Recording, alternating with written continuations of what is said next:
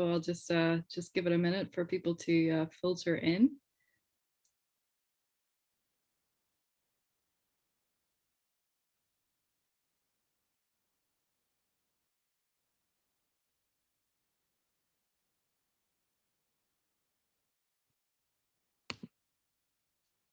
Okay, so good afternoon, everyone. Welcome to Douglas Week. My name is Sarah McCready, and I'm one of the organisers of Douglas Week 2021. We're delighted to have you here today. We've lots on all week, so I hope you'll be able to, or maybe already have been to some of the events. So we're just delighted to welcome you to this wide-ranging celebration of the great abolitionist Frederick Douglass and his visit to Ireland. And it's hard to believe that 1.5 years ago, this began as a sort of an idea for a one-day symposium. And it's just grown and grown since then to have all these strands. We have a historical strand, a literary strand, educational strand, music strand, creative strand, and sports strand. And it's our aim not only to celebrate Douglass 176 years since he came to Ireland, but also to emphasize the importance of remembering slavery and the intertwined struggles for liberation in Ireland and the United States. So before we begin this event today, I just want to go over a few things in terms of housekeeping. So the event will last approximately 1 hour. Please be respectful of our panelists and conduct yourself online as you would in person. There is a Q&A box function, which you can submit questions for our contributors, and these will be monitored closely by our team. We'll pass these on to panelists as we go. Should you have any more specific questions for our organizing team, you can email us directly at info@douglasincork.com, and someone will get back to you as soon as possible. So as I say, we've so much going on this week. We have stuff from students, researchers, visual artists, educators, musicians, historians, poets, authors, singers, and community groups. And you can check out our full program on our website, www.douglasincork.com. But without further ado, I'm delighted to hand you over to Kristen Leary, who is going to chair today's session with Dr. Hannah-Rose Murray on Douglass and the British Isles. So Kristen, I will pass over to you. Thank you so much. Thank you, and thanks, Sarah. Thanks everyone for being here. We're really delighted to be part of Douglass Week. I'm with the Frederick Douglass Ireland Project and the Frederick Douglass Family Initiatives. So thanks again, and thanks very much, Dr. Murray, for being here as well, and for your help as we plan for Douglass Week too. Doctor, I'll give a quick bio of Hannah-Rose. Dr. Hannah-Rose Murray is currently a Leverhulme Early Career Research Fellow at the University of Edinburgh. Her research focuses on the recovery of African American oratorical, literary, and visual testimony in Britain during the 19th century. We're very excited, especially that this is her first online talk. She's giving on her new book, Advocates of Freedom, African American Transatlantic Abolitionism in the British Isles, which was published just last year and is widely available now.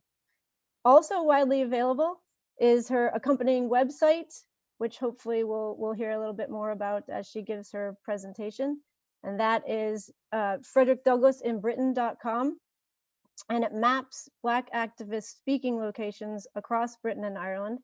And it served as a point of reference for the many walking tours, talks, and other community events Dr. Murray has organized around her research. And hopefully we'll be getting back to some of those activities in person in the very near future.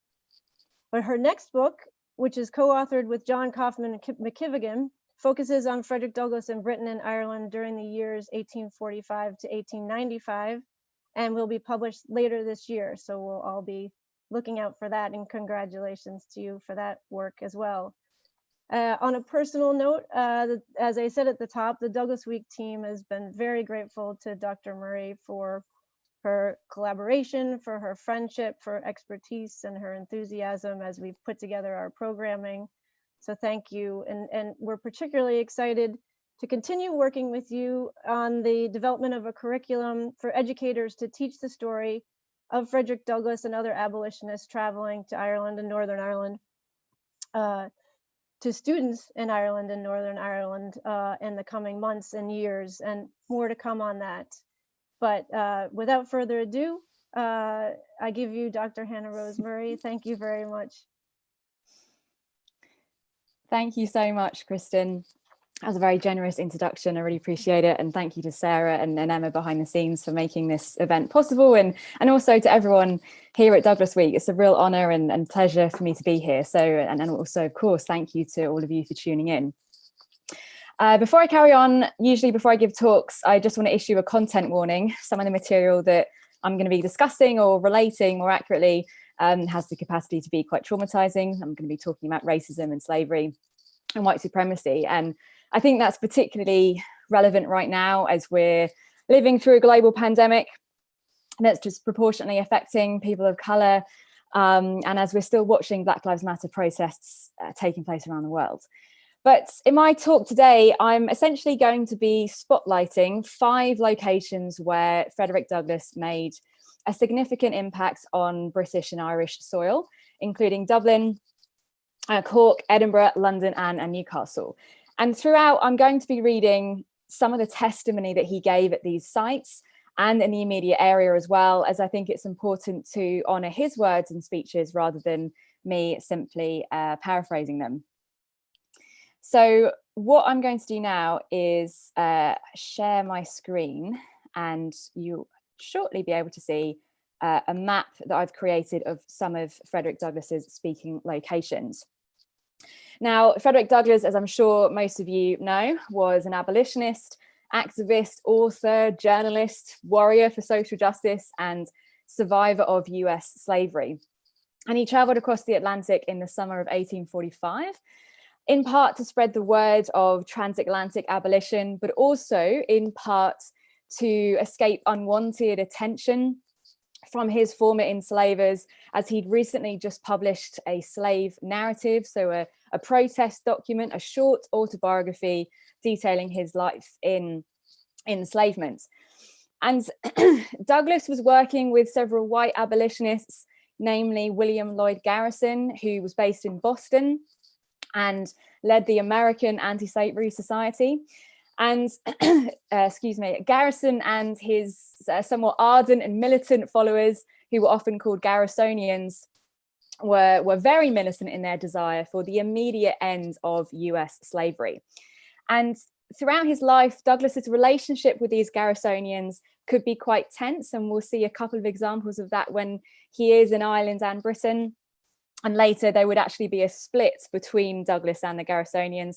But as he's coming to Ireland and Britain in 1845, they're working together. Douglass is working with numerous Garrisonians that are based in Ireland and Britain. A lot of these friends and contacts, William Lloyd Garrison himself had cultivated a few years before when he visited Britain. Now, you might be wondering why there's a pin in the middle of the ocean on the left-hand side there, and I'm going to talk about that in just a second.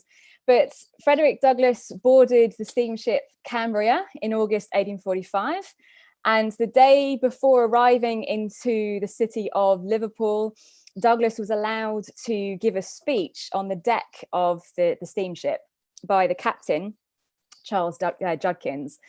And a lot of the passengers had gathered to listen. And Douglass begins relating some of the realities, the brutalities of slavery. He reads some of the slave laws of the southern states of the US. And in his words, pro-slavery Americans actually got up a mob, a real American, Republican, democratic, Christian mob, and that too on the deck of a British steamer. And he says that one slaveholder shook his fist in my face and said, "Oh, I wish I had you in Cuba." And essentially, this group of pro-slavery men, these enslavers, threatened to throw him overboard. And when Douglass retold the story in Ireland, he would emphasize that an Irishman intervened to defend him, but such was the confusion and the uproar on this ship that actually he had to stop his speech. Hence why there's a pin right in the middle of the ocean, because that was Douglass giving this very important speech.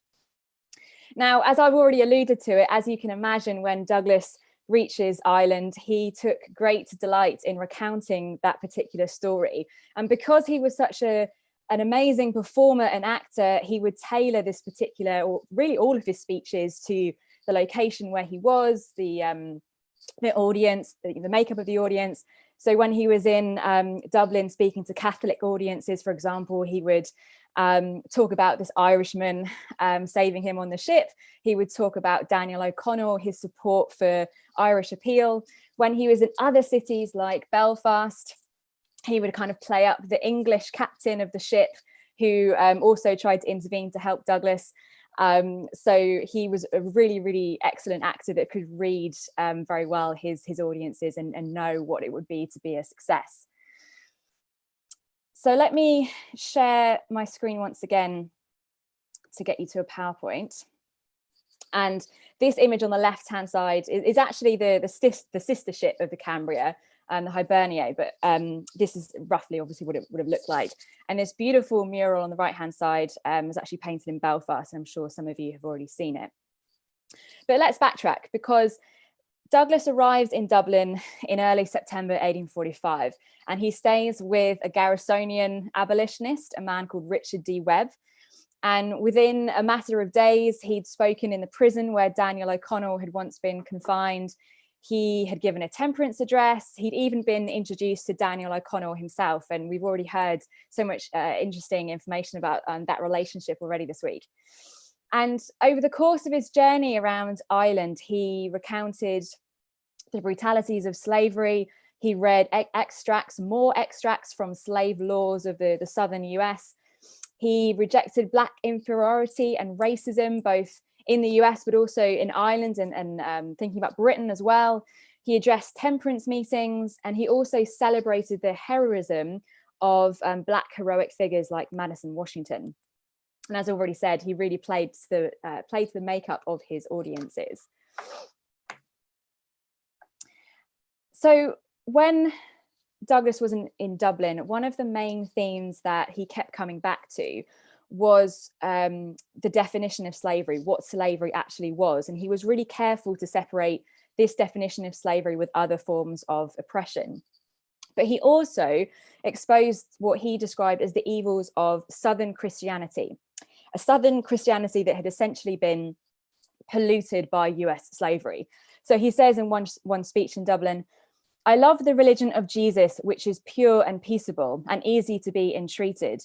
I ask you to all love this religion, but I hate a religion which, in the name of the Saviour and which prostitutes his blessed precepts to the vile purposes of slavery, ruthlessly sunders all the ties of nature, which tears the wife from the husband, which separates the child from the parents, which covers the backs of men and women with bloody scars, which promotes all manner of licentiousness." So essentially what Douglas was doing in this particular speech is that he's being really careful to separate the type of Christianity that he subscribes to and also his audience with the kind of dark and evil Christianity that is currently operating within the US South where slavery exists. He paints one as dark and evil and sinful, and paints the true form of Christianity as one of light and purity. And he essentially argues that Christianity in the South had been twisted and corrupted by slavery. And he talked about this in meetings in the Royal Exchange, the Friends Meeting House, which you're looking at right now. And throughout all of this, Douglas writes privately that his success here is even greater than I had anticipated. And he lectures at the Music Hall in Dublin as well. And that was actually kindly donated to him for free, which the abolitionists estimate that he'd saved about $50, so quite a substantial amount. And Douglas also wrote that while he was in Dublin, there was a total absence of all manifestations of prejudice against me. The change of circumstances between the US and obviously being an island is particularly striking. But what's really interesting is that when Douglas is talking about religion in particular in those very blistering terms, he actually offends some of the Methodists that are in Dublin. So when he's talking about religious denominations like the Methodists in the US who own enslaved people or who refuse to denounce slavery, there were several Methodists and Methodist meeting houses in Dublin that actually took offense. They refused Douglas entry to their meeting houses. So Douglas has to find somewhere else essentially to give one of his meetings. And Douglas, being Douglas, he completely turns this into a performative tactic. So he mocks their actions essentially and says, "I would not sacrifice my friends now in chains and perhaps writhing under the lash while I speak to any fear of personal inconvenience."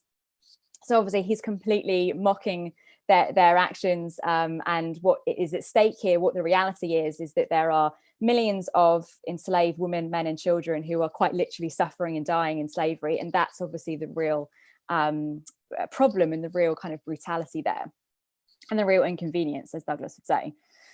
But Dublin is also really significant in this particular story, because it's the first place outside of the US where Douglas's slave narrative was published.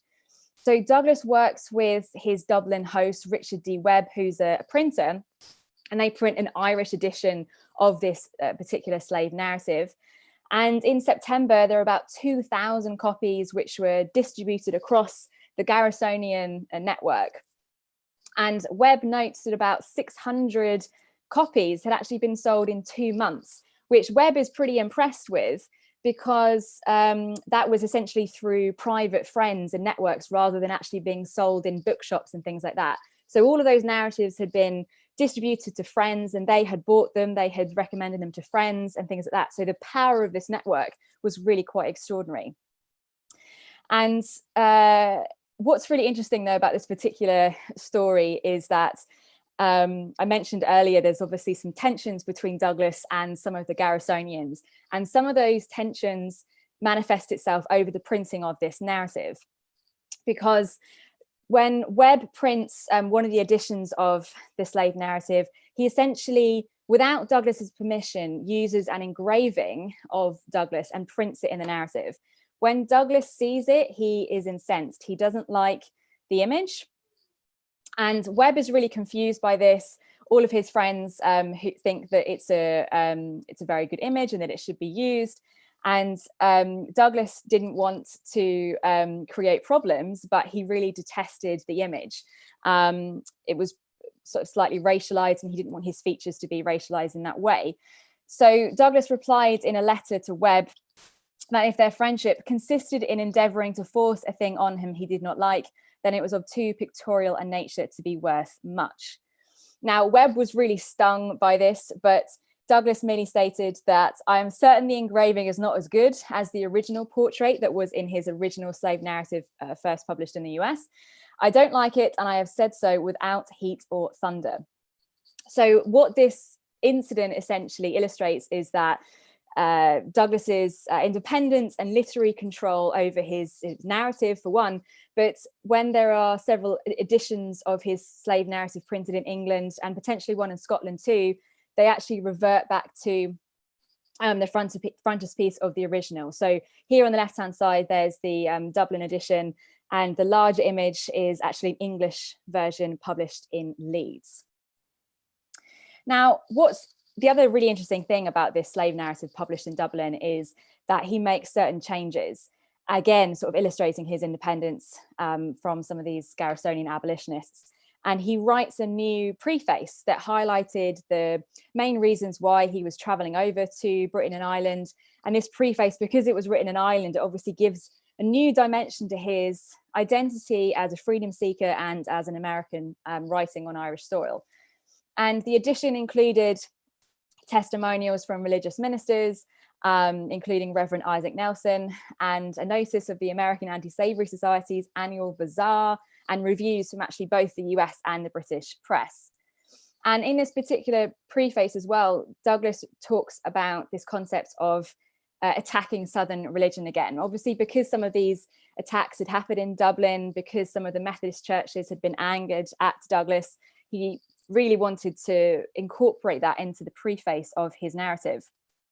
And he essentially wrote that if his audience believed in the purity and the light of Christianity, then they should essentially, and I'm going to quote here, hate the corrupt, slave-holding, women-whipping, cradle-plundering, partial and hypocritical Christianity of this land. And again, really strong words from Douglas there. So moving on to Cork. I'm not going to say too much about Cork because I know Professor Christine Keneally is giving a fantastic talk later about Douglas and other Black abolitionists in Cork. But as I'm sure, obviously, most of you will know, Douglas had a very strong impact on in Cork as well. He works with numerous abolitionists. He worked with Father Matthew, sort of a temperance advocate. And Douglas stayed with the Jennings family, who, according to Douglas, were brimming over with good nature, courtesy, hospitality, and philanthropy. And he worked really closely with Isabel Jennings, who was the secretary of the Cork Ladies Anti-Slavery Society, along with her sisters Mary and Jane. And during one meeting in the city, Douglas talks about the differences about appearing on an Irish platform compared to speaking on an American anti-slavery platform. And he talks about the path of the American abolitionists as almost like a religious odyssey. He would describe that since the 1830s, they literally passed through a sea of blood. Their houses were burned, their property confiscated, and in some instances, even their lives were sacrificed.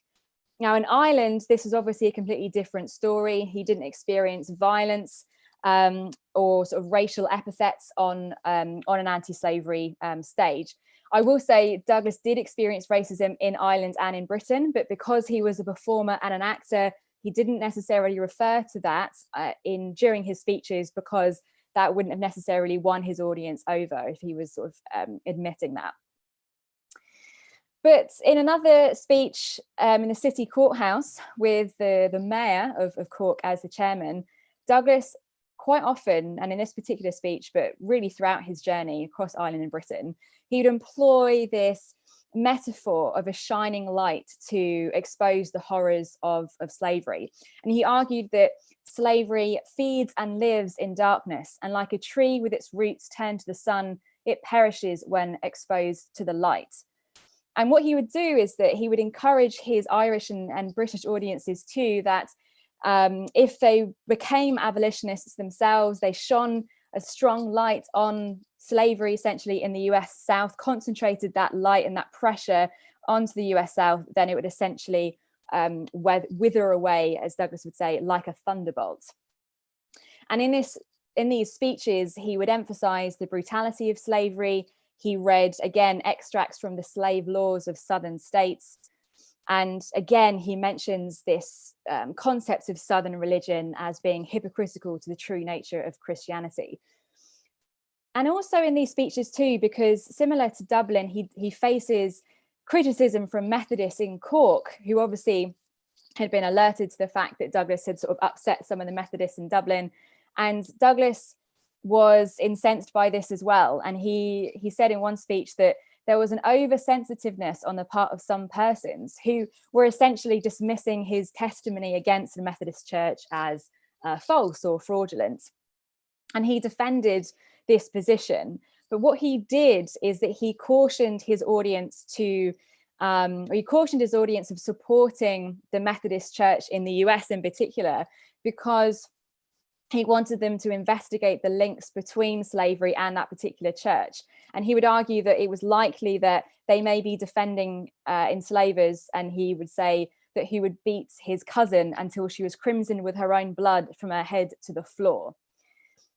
So what Douglas was doing by kind of making that really personal connection is that essentially he was trying to make that story very personal to his audience, but he was using all of this visual language connected to slavery and connected to his audience. He demands that they open their eyes and ears to the sound of whips, chains, and blood on the floor. And he almost implicates his audience in the system and in the sin of slavery. And they would essentially practice a form of heresy if they refused to acknowledge their privileged position, compared to Douglas's words. So he says, obviously, don't criticize me, actually investigate those links between the Cork Methodists and the American Methodists in particular with slavery. And despite all this criticism, Isabel Jennings actually believed that there was never a person who made a greater sensation in Cork amongst all religious bodies. I think we can all agree with Jennings there. And he also spoke here at the Imperial Hotel, and there's actually a plaque, which unfortunately I'm yet to see in person, but this plaque honours Douglas's speech there.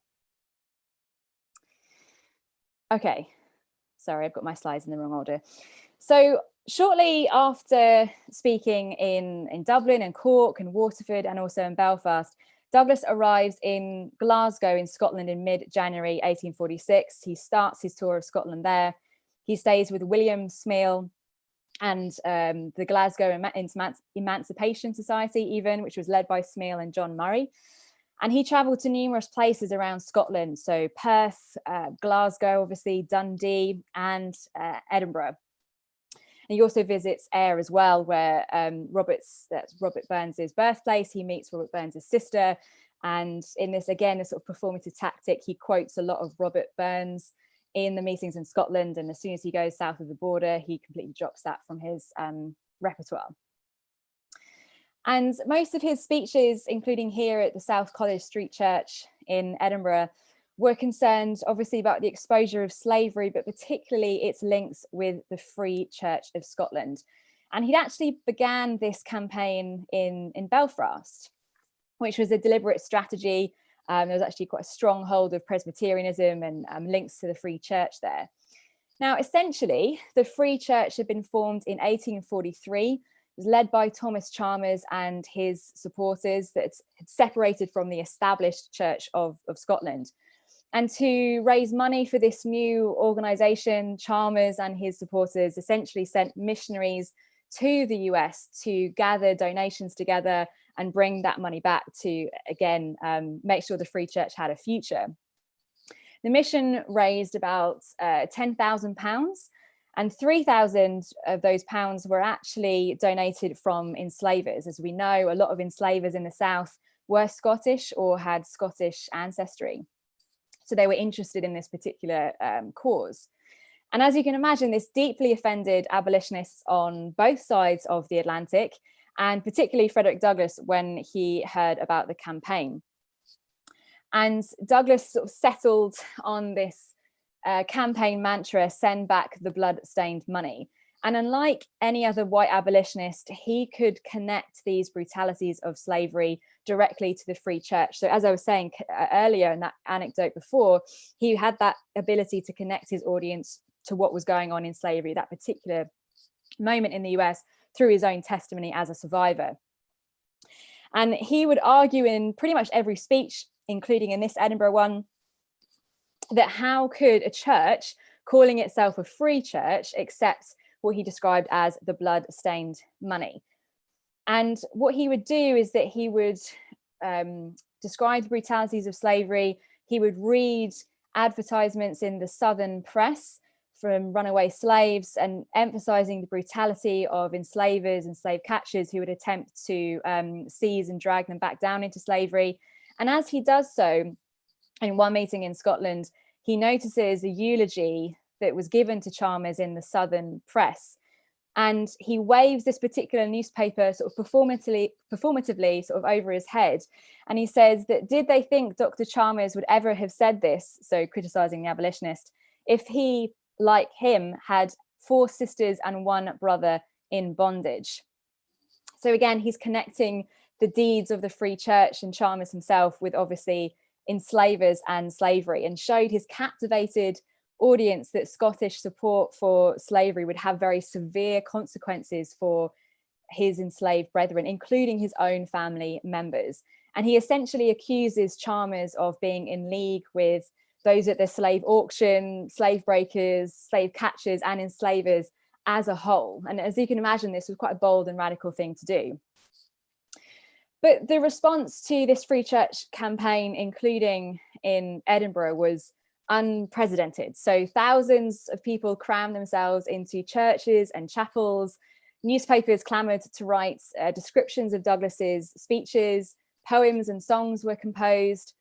Douglas, along with 2 white Quaker women from Edinburgh, climbed up Arthur's Seat, so the small mountain in Edinburgh, and carved "Send Back the Money" into the hillside, which, according to Douglas, was visible for a couple of miles.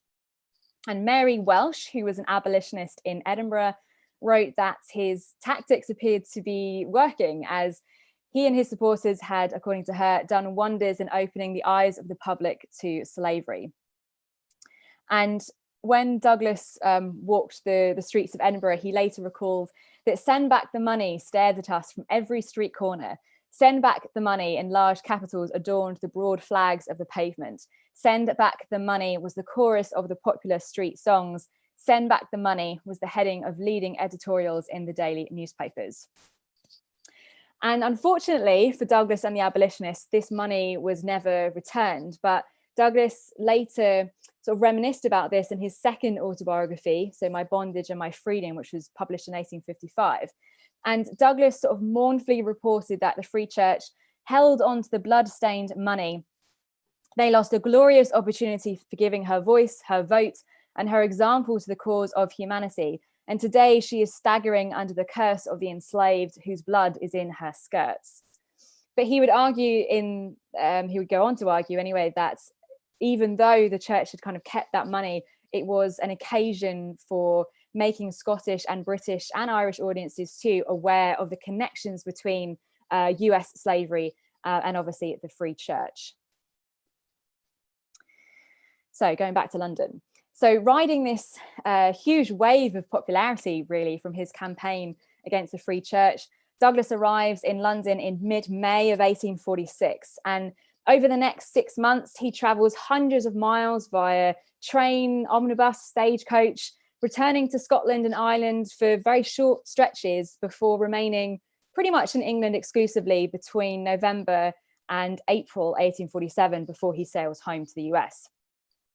And over the course of his lectures, Douglas speaks on a variety of subjects, including the Free Church, as you'd expect, as well as larger subjects like war, colonialism, temperance, suffrage, workers' rights, and Black heroism as well. And his speaking schedule is relentless. So within the first week he arrives in London, he speaks at the London Peace Society, the Metropolitan Complete Suffrage Association, and the annual meeting of the National Temperance Society, which was held in Exeter Hall, so this famous anti-slavery venue on the Strand in London. And by the end of May, Douglas had spoken at 2 meetings supported by the British and Foreign Anti-Slavery Society, and the second was at Finsbury Chapel, which there's an illustration here on the slide.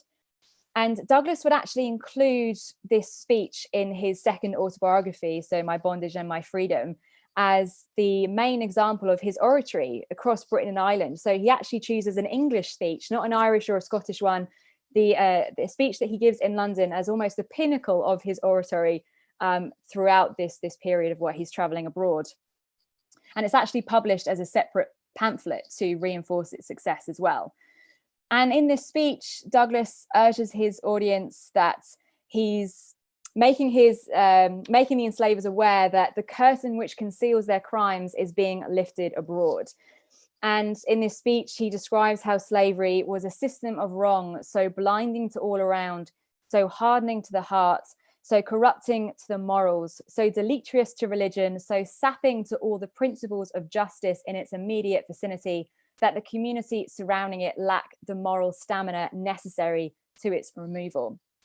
So he argues that that's part of the reason why he's in Britain and Ireland. He is trying to gather the strength of an international community, again, as I was saying earlier, shining that light on the US South and destroying slavery that way. And similarly, he says at Finsbury Chapel that to expose slavery is necessary because to expose it is to kill it. Slavery is one of those monsters of darkness to whom the light of truth is death. And he carries on this particular sort of really powerful visual image here. And he says, by ripping the mask from its face, slavery would be exposed to the sun, and with a wall of anti-slavery fire, it would melt away from the land. Now, as we've already seen, Douglas was very blistering in his attacks against Southern religion and this sort of twisted, corrupted form of Christianity that was operating in the South. And I just want to read you an excerpt from another speech that he gives in England, not actually in London, but it ties to a lot of the themes that he was giving in this Finsbury Chapel speech, as well as other speeches he was giving around the country. And he says, Whips, chains, gags, bloodhounds, thumbscrews, nor the bloody paraphernalia of slavery lie right under the drippings of the sanctuary, and instead of being corroded and rusted by its influence, they are kept in a state of preservation. Ministers of religion defend slavery from the Bible. Ministers of religion own any number of slaves. Bishops trade in human flesh. Churches may be said to be literally built up in human skulls and their very walls cemented with human blood. Women are sold at the public block to support a minister, to support a church. Human beings sold to buy sacramental services, and all, of course, with the sanction of the religion of the land. So this is really graphic and electrifying language. And what Douglas is doing here is that he's painting this slaveholding church not as a safe haven, as a religion should be, but actually an enemy of true Christianity. And actually the religious structures of the South, physically, morally, mentally, were quite literally saturated in the blood of enslaved people. You know, that really radical quote there about the walls are literally built up in human skulls. Instead of places of holiness, these churches were built by this blood, built by the bodies of enslaved people, and there were sites of death, violence, and rape.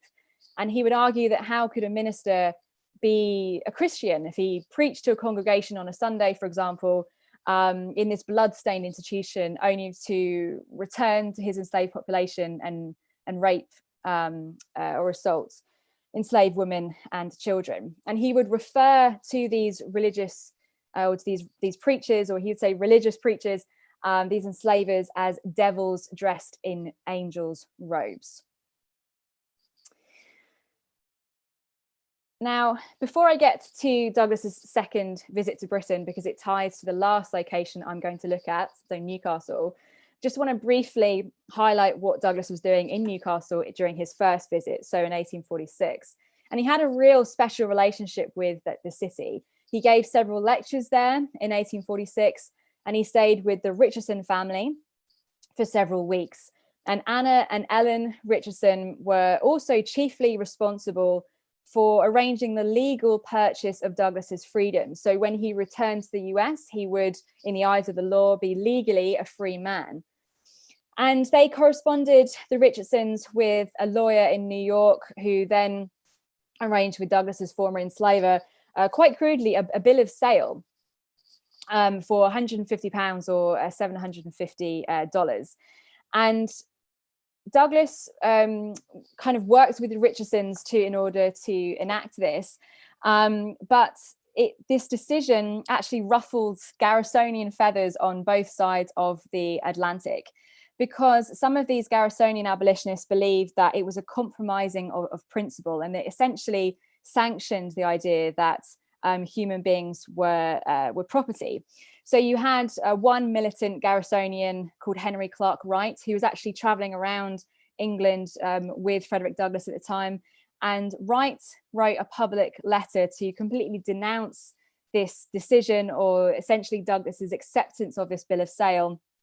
And he actually wrote in this particular letter that, and I'll quote here, Douglas would be shorn of your strength when advocating for the freedom of others. And Douglas had essentially escaped the grasp of the pirate Auld, so his former enslaver, and it was pointless to ask this sacrilegious villain to set a price upon him. Now, let's set aside that racism that Wright invokes, and also his ignorance of the trauma and realities that Douglas is experiencing as a survivor of slavery. And obviously, he's just infuriated that Douglas and his experience, it doesn't comply with his theoretical views about freedom. But obviously Douglas couldn't afford to operate within those principles alone. And he writes a public letter back to Wright, to not necessarily to defend his decision, but also point out Wright's ignorance considering his situation. So he said that the ransom had to be enacted because Auld, so his enslaver, aided by the American government, can seize, bind, and fetter and drag me from my family, feed his cruel revenge upon me, and doom me to unending slavery. And the money wasn't actually confirmed, wasn't actually paid to confirm legitimacy on that, or on the sanction of slavery or anything like that, but it was to release me from his power. and not to establish my natural rights to freedom, but to release me from all legal liabilities to slavery. And essentially the money was proof that his friends, as Douglas would say, were legally robbed of £150 in order to secure his liberty. And that bill of sale from the American government was a brand of infamy, stamping the nation in whose name the deed was done as a great aggregation of hypocrites, thieves, and liars. So as you can imagine, this particular incident represents a clear example where Douglas's relationship with the Garrisonians begins to crack, as this concept of him losing his strength, or essentially usefulness, to put it crudely, to the anti-slavery movement because he was no longer a fugitive or freedom seeker, was really coated in racialized language and was obviously incredibly insulting to Douglas. So Douglas returns to the US in 1847 after a very successful lecturing tour. He'd sold over 13,000 copies of his slave narrative. He had created or reinvigorated anti-slavery societies. On this side of the Atlantic, he raised thousands of pounds for the American Anti-Slavery Society, and he lectured roughly 300 times to hundreds and hundreds of thousands of people. And he maintained connections with British and Irish abolitionists for the rest of his life. And he once again called upon them when he returned to Britain in 1859. He didn't actually visit Ireland on this second trip. He spoke chiefly in England and Scotland. But he had come over to Britain just in the autumn of 1859 after the radical white abolitionist John Brown, who you can see on the right-hand side here, launched an assault on Harper's Ferry in Virginia in an attempt to essentially spark an uprising of the enslaved population. And Brown had visited Douglas for a couple of weeks while planning this raid, and Virginian authorities found letters from Douglas in Brown's possession. So they essentially wanted to try and arrest Douglas. And he was implicated in this failed insurrection, essentially, and he was forced to flee to Canada and subsequently to Britain. And he had been planning a visit to Britain for some time, but obviously this was a catalyst in obviously forcing him back over here. And he arrives at the end of November 1859. He works with Julia Griffiths Crofts, a firm friend and abolitionist, to plan this lecturing tour, which included a stop in Newcastle in 1860, where he spoke at the lecture rooms in Nelson Street. And in this particular meeting, and in several of the other meetings that he gives in England and Scotland, he's actually forced to defend the actions of John Brown. And I just want to read an excerpt from one of these speeches, where he says, "It might be a crime for a man on the deck of a pirate ship to strike down the captain and take her into the nearest port, where the victims of piracy might be set at liberty, and in no other sense was Brown's act a crime. English people were apt to look upon Brown as one who had gone into a peaceable neighbourhood and had there created a deep-seated discontent and disturbance, but this was simply a picture of fancy. John Brown disturbed no such neighbourhood as this. He entered Virginia not when she was in a state of peace, but when she was in a state of war. For if a state of war existed anywhere on the face of the globe, it did at this moment on the soil of the southern states. Slavery was itself an insurrection, and the slaveholders were an armed band of insurgents against the just rights and liberties of their fellow men." So again, what he's doing really powerfully in this speech is that he's turning those arguments against Brown upside down. Brown wasn't this person that had entered this sort of peaceful community. Obviously, slavery by its very nature was as a state of war. It was a state of torture and brutality against enslaved women, men, and children. And these enslavers, when I love that last line, were insurgents against the just rights and liberties of their fellow men. And Douglas in Newcastle too actually compares Brown to Moses, sort of framing this insurrection as this sort of exodus of liberty to the land of freedom. And he didn't expect his audiences in England and Scotland to necessarily fight slavery with arms, but he said when they found a man disinterested enough to lay down his life for his fellow men, he hopes the memory of that man would not be tarnished. And echoing that language of civil rights, there were several times during his speeches in England that he reiterated that there could be no real peace where there was injustice. A really powerful and again a radical statement that obviously would echo throughout the generations to the civil rights movement and also to the Black Lives Matter struggles of today. Now, tragically, this second visit to Britain was cut short when he received the heartbreaking news that his youngest daughter, Annie, had died a few weeks previously.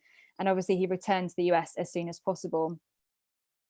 And a few years later, in 1865, Douglas writes a letter to Julia Griffiths Cross and declares, "The thought of someday visiting England once again flits across my mind like a sunbeam into the darkness of the hour, but I dare not allow it a long stay. England has entered deeply into my life ever since, and happily so. My friends there have been more thoughtful for me in my works than anywhere else." And throughout his long life, Douglas travelled thousands of miles across Britain and Ireland, and his personal and political life would have been very, very different without the support of his British and Irish friends in these transatlantic networks. And he never forgot how these British and Irish, or his British and Irish experience, sort of shaped his future career, nor how the bonds shared with these transatlantic friends and the nation as a whole actually became a part of his identity until the day he died. And just as I sort of finish up, just want to briefly mention his third visit to Britain, because it does include a trip to Ireland. Essentially, Douglas's second marriage was to a white woman called Helen Pitts. And there was an opportunity essentially that presented itself to visit Britain and Ireland once again in 1886 to 1887. And Douglas wrote later that my visit to England was in some respects sentimental. I wanted to see the faces and press the hands of some of the dear friends and acquaintances I met there over 40 years ago. Neither they nor I were as young as or strong as when we met so long ago. So in September 1886, Douglas lands at Liverpool, and they visit some old friends in England before traveling across the continent. So they went to France, Italy, Greece and Egypt, to name a couple of places. And when they return to Britain, Helen Pitts actually has to return to the US because her mother was very ill at the time. But Douglas stays behind to visit some more friends in England and also in Ireland, as you can see from this beautiful image here. And he eventually returns to the US in the summer of 1887. But again, just as I finish up, when Douglas died in February 1895, the news was reported around the world, and British and Irish correspondents sort of clamoured to write obituaries to the most famous African-American in the 19th century, and one who had made such a powerful mark and impact on transatlantic society. And there was a meeting in Birmingham led by an African-American who was actually traveling around Britain at the time, called the Reverend Peter Stanford. And he delivered a eulogy to Douglas and a resolution that was essentially passed at this meeting to show that Douglas's name will always be held in sacred keeping by us and by all the lovers of liberty throughout the world. And again, I think those lovers of liberty, those activists today, all those who kind of struggle for social justice, really try to preserve Douglas's legacy across the globe. His life, his testimony, his unrelenting fight against slavery, racism, white supremacy. And in this kind of landscape that we're living in, I mentioned at the start, this global pandemic, which is disproportionately affecting people of color, where people of color are obviously still killed by police, not only in the US, but also Ireland and Britain too. I think Douglas's inspiring intellectual vision, his numerous sacrifices for the anti-slavery and reform movements, the hundreds of thousands of miles he traveled, the incalculable number of words that he wrote and that he spoke for social justice really invites us to join in his hope that we will one day live in a far more just and equal world. So thank you for listening.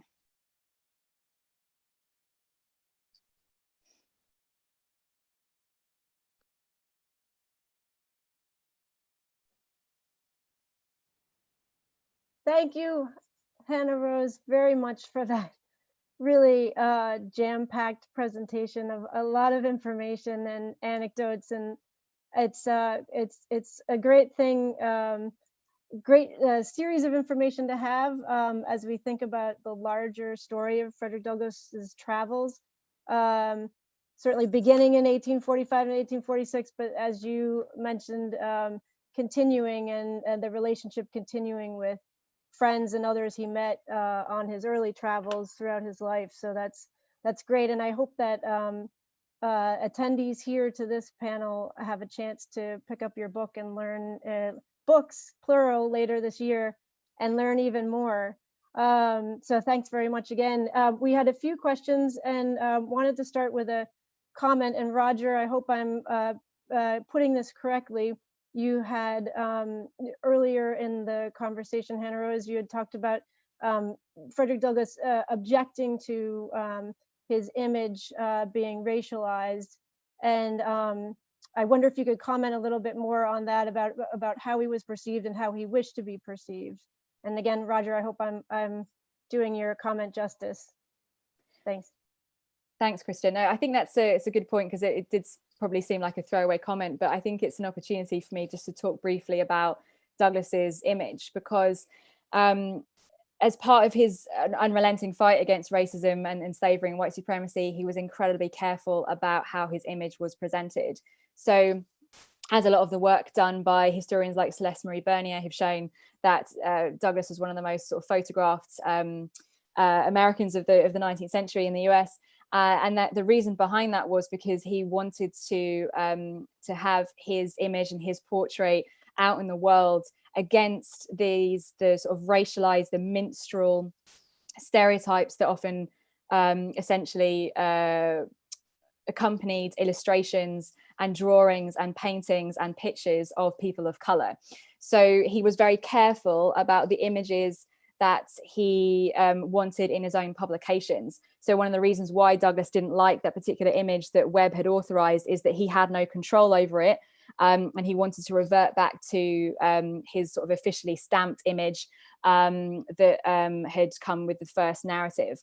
And there were other examples like that as well. So in Leeds, a few years later, Wilson Armistead, an abolitionist based in Leeds, he essentially has an image of Frederick Douglass that is slightly racialized. So some of the features that we would associate with sort of minstrel stereotypes, so slightly exaggerated facial features and those sort of grotesque stereotypes. And Douglass hated that image because it looked nothing like him.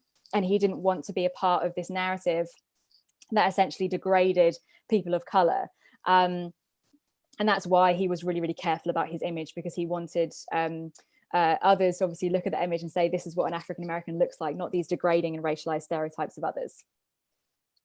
Thanks. And yeah, that brings to mind another book near and dear to all of us, Picturing Frederick Douglass, with Yes. Celeste Marie Bernier and John Stauffer and others, and Ken Morris from Frederick Douglass Family Initiatives have all been involved with. Absolutely. So yeah, again, another one for people's reading lists as you go forward and get even more excited about delving into the story of Frederick Douglass and others. And I'll catch you on another comment you made there at the end of your talk, referencing the Black Lives Matter movement. And I think as we have talked throughout Douglass Week, the last day and a half or so already now, those are themes that have come up quite a bit. The lessons of Frederick Douglass's trip and the relevance and the impact that it has on the way people think about racial justice and inequality today. And I wonder if you could comment a little bit about that, about sort of what lessons we can draw from Douglass's journey and the journeys of other Black abolitionists in the British Isles and the reception they received. Yeah, absolutely. I think one of my favorite quotes to illustrate that is that, as I mentioned at the end there could be no real peace where there was injustice. And obviously that's a statement that, as I mentioned, really echoes into the civil rights movement and also into now. And I think that, Black Lives Matter activists obviously take inspiration from Douglass's words, as other African-American abolitionists and reformers like Ida B. Wells Barnett, who also travels to Britain in 1893 and 1894. And I think, it's unsurprising when we consider that folks like Douglass, was essentially at the forefront of pushing the US, in particular, to sort of stand by its own sort of self-professed principles of freedom and justice, which obviously, that nation and also Britain and Ireland do too as well. Trying to push it to live up to those standards of freedom and justice. And his constant and unwavering commitment to Black radicalism and social justice and anti-racism, is all incredibly relevant and things that we should obviously all take inspiration from. And I think I talked a lot about Douglass's relationship with the church and religion and sort of basically accusing churches of their silence, essentially. If they weren't supporting slavery directly, they were causing harm to the anti-slavery movement by not exposing the actions or not criticizing those churches in turn. And I think that's a really interesting concept, which I've seen a lot of protest and Black Lives Matter activists and social justice activists use, this concept of silence. Silence is a form of violence, it's a form of complicity. And that's something that is a parallel that I see that Douglas was talking about, particularly in the 1840s in Britain and Ireland, but also all the way to now, is that, we should obviously stand up to racism, and, particularly white people like myself and communities, educate ourselves, call it out, recognize our own privilege, be fully committed to anti-racist work, and obviously not be silent about it, because as Douglas was saying, that silence represents a kind of form of complicity.